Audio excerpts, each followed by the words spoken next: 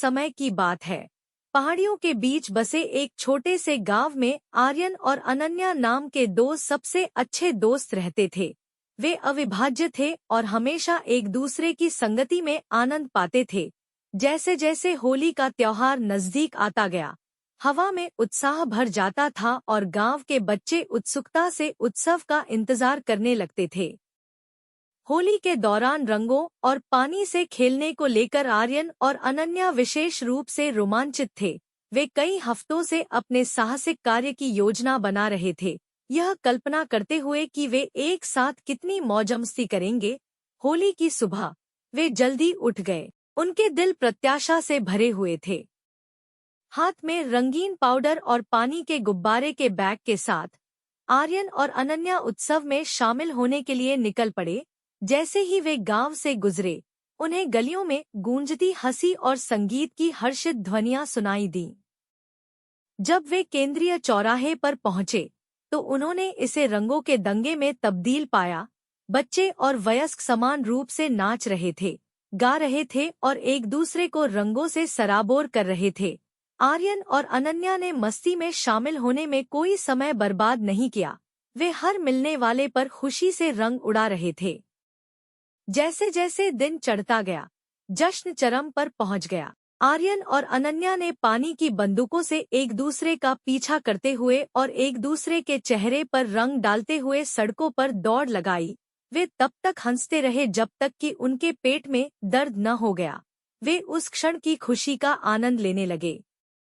लेकिन इस सारी मौजमस्ती के बीच उन्होंने देखा कि एक छोटी लड़की किनारे पर अकेली बैठी थी। उसके चेहरे पर कोई रंग नहीं था और उसकी आंखें उदासी से भरी हुई थीं। उत्सुकतावश आर्यन और अनन्या उसके पास आए और पूछा कि वह मस्ती में शामिल क्यों नहीं हो रही है।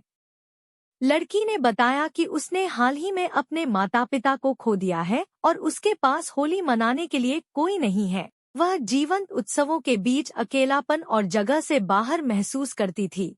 आर्यन और अनन्या उसकी कहानी से बहुत प्रभावित हुए और जानते थे कि उन्हें उसे खुश करने के लिए कुछ करना होगा। बिना किसी हिचकिचाहट के उन्होंने उसका हाथ पकड़ा और उसे उत्सव के केंद्र में ले गए।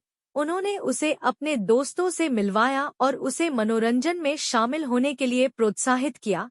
जल्द ही वह सबके साथ हंस रही थी और खेल रही थी।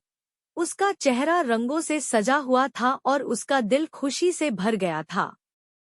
जैसे ही सूरज डूबने लगा और उत्सव समाप्त होने लगा, आर्यन, अनन्या और उनका नया दोस्त थके हुए लेकिन खुश होकर एक साथ बैठे। उन्होंने होली की सच्ची भावना का अनुभव किया था, प्यार, दोस्ती और एकजुटता का उत्सव।